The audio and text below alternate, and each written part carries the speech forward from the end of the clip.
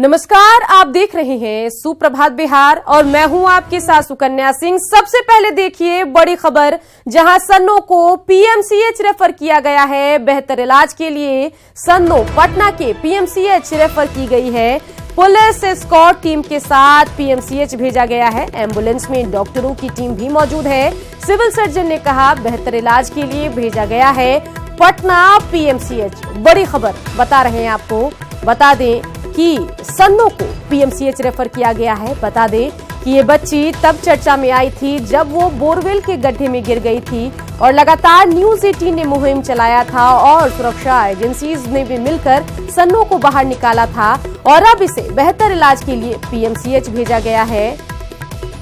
पटना के पीएमसीएच सन्नो को रेफर किया गया है। पुलिस एस्कॉर्ट टीम के साथ पीएमसीएच भेजा गया है।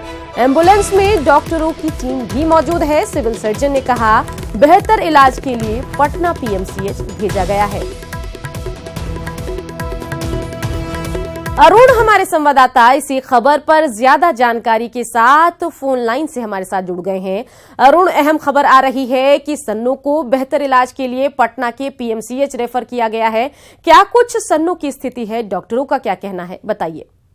जी सुनकन्या, बता दूं कि आज लगता है लेट नाइट जो है ये डिसीजन लिया गया कि सन्नो को विशेष इलाज चाहिए, जिसके लिए उसे पटना भेजा गया। आज सुबह लगभग 6 बजे ही उसे पटना निकाल दिया गया बिना किसी इंफॉर्मेशन के। और साथ में ये बता दूं कि उसके साथ पुलिस की स्कॉट वैन भी है, ताकि कहीं पे भी उसे रुकावट न हो, जाम में वो फंसे ना, उसे सीधे पीएमसीएच पटना ले जाया जाए और वहाँ पर उसका बेहतर इलाज हो। जी बिल्कुल। और इन सब के बीच डॉक्टर्स क्या बता रहे हैं, सन्नो की क्या कुछ स्थिति है, ये बताइए। जी बता दूं जो कल विशेषज्ञों की टीम ने जो जांच किया था, जो सिटी स्कैन आया था, उसके अनुसार उसकी स्थिति थोड़ी सी चिंताजनक थी, जिसको लेके ये डिसीजन लिया गया कि उसे पटना भेजा जाए। जी अरुण, तमाम जानकारी के लिए आपका शुक्रिया। तो अहम खबर लगातार हम आपको यहां बता रहे हैं। डॉक्टर्स ने कहा था कि सन्नो की स्थिति थोड़ी चिंताजनक है और इसी के मद्देनजर उसे अब पीएमसीएच पटना रेफर किया गया है। बेहतर इलाज के लिए सन्नो को पटना रेफर किया गया है। साथ में पुलिस एस्कॉर्ट टीम भी रहेगी, ताकि कहीं किसी जगह जाम में सन्नो की गाड़ी न फंसे और सीधे वो सुविधाजनक तरीके से पटना पीएमसीएच पहुंच जाए और उसे बेहतर इलाज मिले और हंसती खेलती सन्नो अपने घर लौटे। तो बड़ी खबर आपको बता रहे हैं, जहां सन्नो को पटना पीएमसीएच रेफर किया गया है। बेहतर इलाज के लिए सन्नो को रेफर किया गया है। बता दें कि न्यूज 18 की मुहिम और आम लोगों की लगातार दुआओं के बाद सन्नो को बोरवेल के गड्ढे से सुरक्षित बाहर निकाल लिया गया, लेकिन लगातार सन्नो की स्थिति पर डॉक्टर्स की नजर है। डॉक्टरों की माने तो सन्नो की स्थिति चिंताजनक है और उसकी स्थिति को देखते हुए पीएमसीएच सन्नो को रेफर किया गया है। बड़ी खबर कर्नाटक से आ रही है, जहां के कलबुर्गी में दर्दनाक हादसे में बिहार के 6 मजदूरों की मौत हो गई है, जबकि 5 मजदूर घायल हैं। बताया जा रहा है कि एक निर्माणाधीन सीमेंट फैक्ट्री में क्रेन गिरने से यह हादसा हुआ है। घायल 5 मजदूरों में एक की हालत गंभीर बताई जा रही है। सभी जख्मी मजदूरों को इलाज के लिए पास के अस्पताल में भर्ती कराया गया है। शाम को क्या हुआ? अरे आंधी तूफान पूरा आ गया, ऊपर में था। हाँ, क्रेन गिरा क्या वो? किरण बिल्डिंग पूरा समेत नीचे आ गया। हाँ, कितना लोग अंदर? कितना 50 आदमी वर्कर था, वर्कर सभी मिला के। हाँ। 50 था, ऊपर 20 आदमी था। हाँ, ऊपर 20 आदमी थे। हाँ। कैसे गिरा ये? क्या आंधी तूफान पूरा आ गया ना। तूफान? हाँ, तूफान से हवा आने से गिरा। हवा आने से गिर गया। और उतना मालूम तो नहीं, हम सब दूसरे साइड पर था। वहाँ से देखा गिरते समय हम सब दौड़ के आए, तब तक मैं तो यहाँ देखे घायल हो गया, तब लेकर हम सब चले। नया यूनिट डाल रहे क्या? हाँ, नया बिल्डिंग बन रहा है, करीब 35 मीटर हाइट है और इसके आगे और हम नहीं बता सकते। कितने बजे को हुआ था वो? करीब 7:30 बजे के लमसम। चलिए सीधा रुख करते हैं कर्नाटक के कलबुर्गी का, जहां से हमारे संवाददाता शिवराम हमारे साथ फोन लाइन से जुड़ गए हैं। शिवराम, दर्दनाक हादसे में बिहार के 6 मजदूरों की मौत हुई है, 5 मजदूर घायल भी हैं। क्या कुछ स्थिति है? घायल मजदूरों के बारे में क्या अपडेट आ रहा है? पिछली बातचीत में भी आपने बताया था कि एक मजदूर की स्थिति थोड़ी चिंताजनक है, उसके बारे में भी बताइए।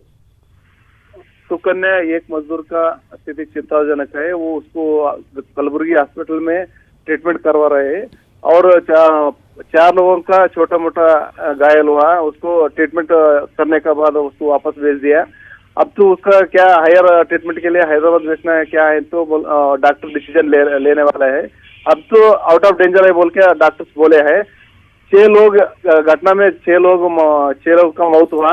ये क्या है ना, नया यूनिट 3 सीमेंट फैक्ट्री में नया यूनिट बनवाता था। उस टाइम पे वो क्रेन गिरा था। क्रेन गिरने के टाइम पे एक आदमी का, एक लेबर का स्पॉट में डेथ हुआ था। बाद में हॉस्पिटल जाने के टाइम पे 2 आदमी का डेथ हुआ था।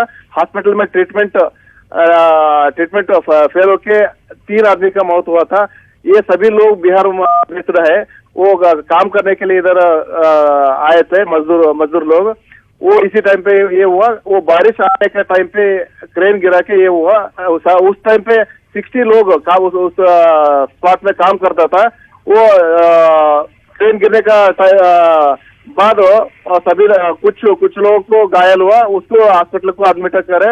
अब तो 5 लोगों को ट्रीटमेंट ये करने हैं सुकन्या। जी बिल्कुल शिवराम, इसके अलावा जो 6 मजदूर खासतौर पर बिहार के मारे गए हैं, इसके अलावा जो बिहार के जख्मी 5 मजदूर हैं, क्या उनके परिजनों को इन्फॉर्म किया गया है? वो कहां से ताल्लुक रखते हैं बिहार में? इस बारे में कुछ जानकारी आई है आपके पास तो बताइए। सुकन्या, अभी तक वो मालूम नहीं हुआ। वो स्पॉट को तो अब SP Kalaburagi SP Shashi Kumar visit करे और उसका पता चलने का ये करे। पुलिस लोगों को विजिट करके उसका इन्फॉर्मेशन ले रहे हैं। वो बाद में पता चलेगा वो कौन सा डिस्ट्रिक्ट और कौन सा गांव का बोल के। अभी तो क्या है ना, उधर 3 सीमेंट फैक्ट्री में काम करने सभी लोग, ऑलमोस्ट सभी लोग बिहार वाले हैं, बिहार बेस्ड है।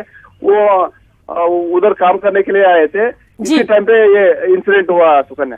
जी शिवराम, आप नजर बना के रखिए पूरे घटनाक्रम पर, लेकिन फिलहाल तमाम जानकारी के लिए शिवराम आपका शुक्रिया।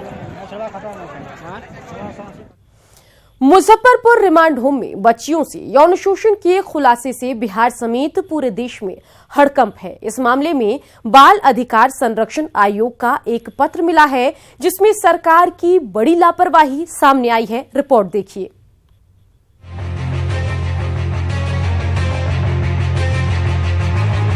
मुजफ्फरपुर के शेल्टर होम में हुए रेप के मामले में रोज नए खुलासे हो रहे हैं। मामले की जांच तेज हो गई है। गुरुवार को सीबीआई की टीम समाज कल्याण विभाग के निदेशालय पहुंची, जहां तमाम फाइलों को खंगाला गया। टीम ने समाज कल्याण विभाग के निदेशक से लंबी बातचीत भी की है। सीबीआई की टीम ने बुधवार को प्रधान सचिव से भी मुलाकात की थी। वहीं स्वास्थ्य विभाग ने ब्रजेश ठाकुर के सभी संस्थाओं का फंड भी रोक दिया है।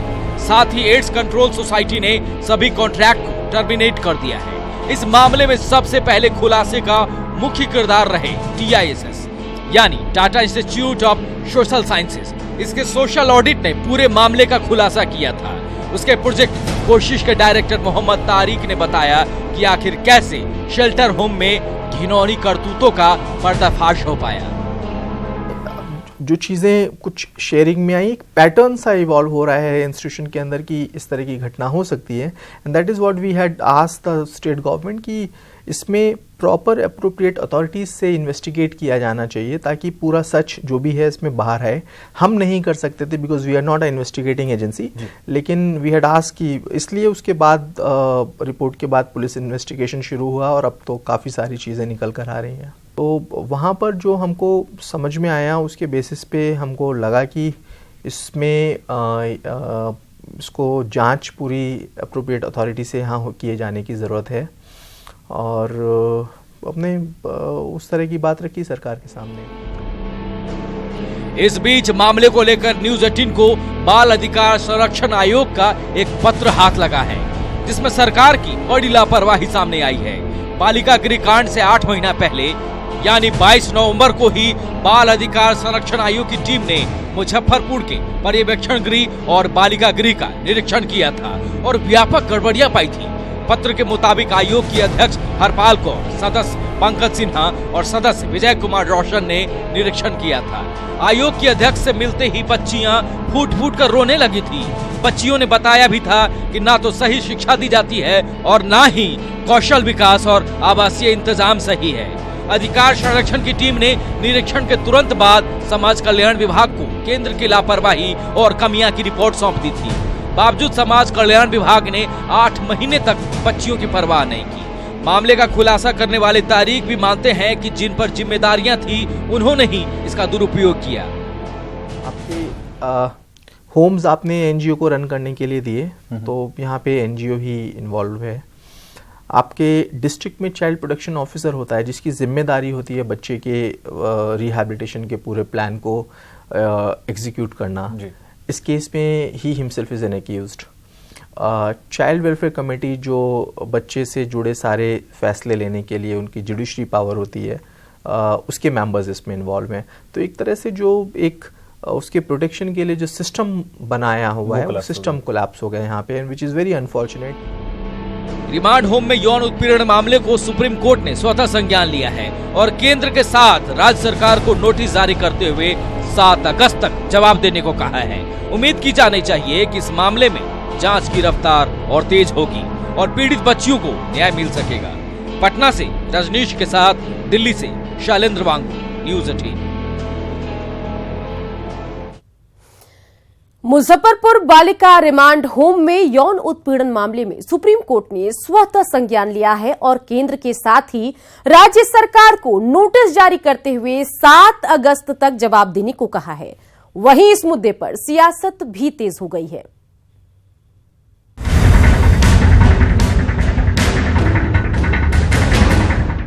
मुजफ्फरपुर कांड पर सुप्रीम कोर्ट ने सख्ती दिखाई है। मुजफ्फरपुर के शेल्टर होम में हुए रेप के मामले में सुप्रीम कोर्ट ने सामाजिक कार्यकर्ता की चिट्ठी पर स्वतः संज्ञान लिया है और इस मामले में सुप्रीम कोर्ट ने केंद्र सरकार और बिहार सरकार को नोटिस भी जारी किया है और जवाब 7 अगस्त तक मांगा है।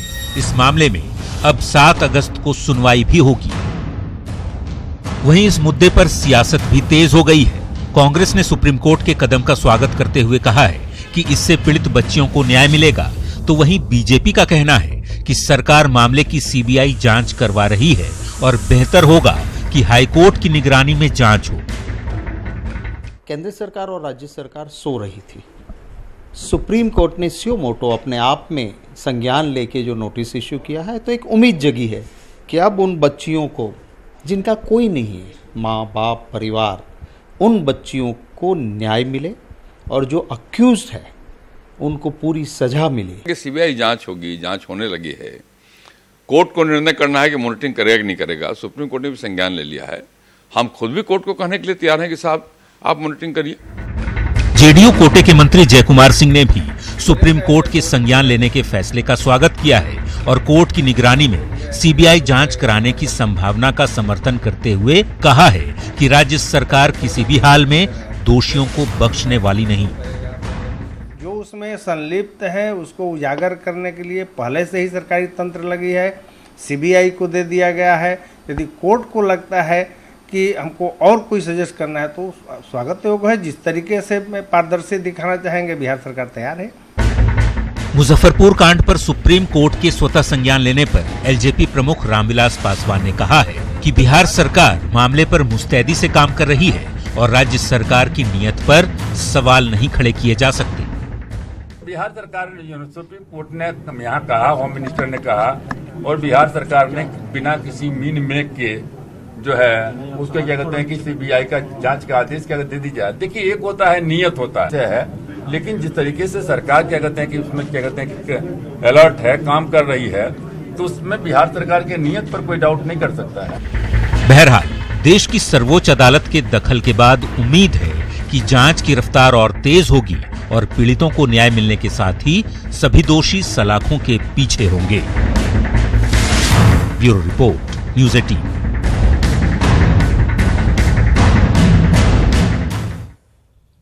उधर आरा के बाल सुधार गृह में हुए 2 बच्चों के साथ अप्राकृतिक यौनाचार मामले में नया मोड़ आ गया है। आरा सदर अस्पताल के अधीक्षक सुधीर सिन्हा ने मेडिकल रिपोर्ट जारी करते हुए बताया कि जिन लड़कों ने बाल सुधार गृह में यौनाचार होने की बात कही थी, रिपोर्ट में उनके आरोपों की पुष्टि नहीं हुई है।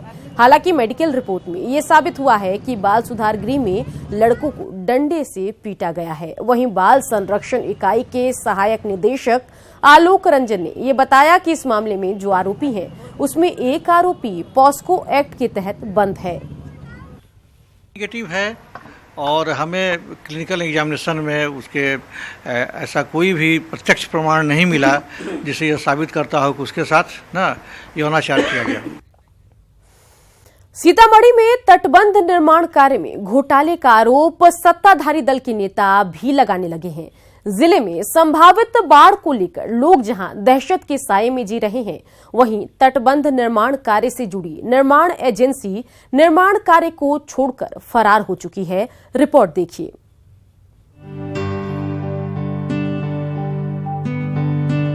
सीतामढ़ी में बागमती नदी के किनारे 55 किलोमीटर लंबे तटबंध के निर्माण और रखरखाव के लिए निविदा निकाला गया था। आंध्र प्रदेश की HCH कंपनी को यह टेंडर मिला, जिसने इस काम को पेटी कॉन्ट्रैक्ट के तहत 792 करोड़ रुपए में अवंतिका कंपनी को दे दिया।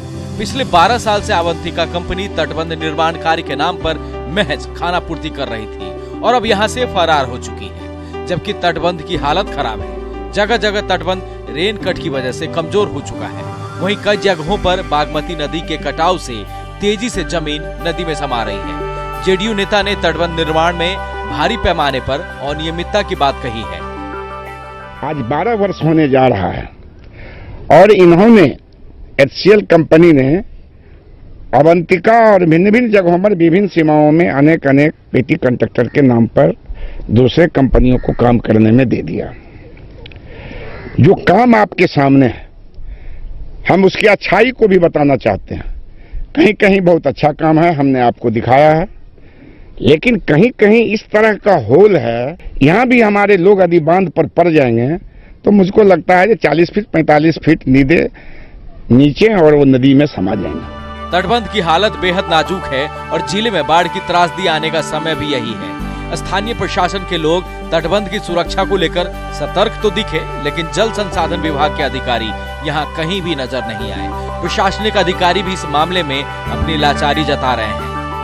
लगातार पानी बरसात हो रहा है, कभी घट रहा है कभी बढ़ रहा है, जिससे कारण से जगह जगह पर छोटे मोटे कटाव हो रहे हैं। तो वैसी सूचना पर हम लोग आते हैं और इसकी सूचना अपने विभाग को भी देते हैं और तकनीकी जो पदाधिकारी यहाँ पर स्थानीय प्रतिनियुक्त हैं, इवनिंग और मॉर्निंग हम लोग इसको फॉलो अप करते रहते हैं और जो भी समस्याएं हम लोग को अपने स्तर पर दिखती है, हम अपने वरीय पदाधिकारी को इसकी सूचना देते हैं ताकि जल्दी से जल्दी इसका निपटारा हो सके।